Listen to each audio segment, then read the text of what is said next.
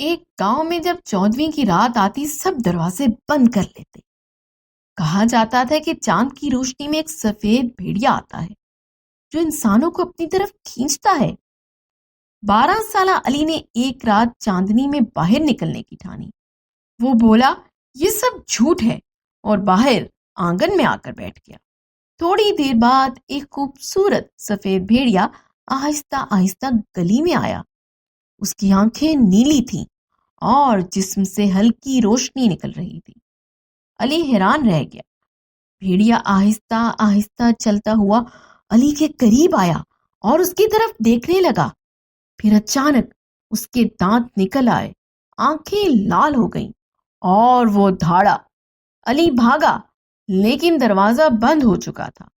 بھیڑیا اس پر جھپٹا لیکن اچانک سب غائب ہو گیا۔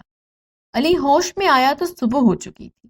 وہ صحن میں اکیلا تھا مگر زمین پر پنچوں کے نشان تھے اور دیوار پر لکھا تھا اگلی چاندنی رات کا انتظار کرو۔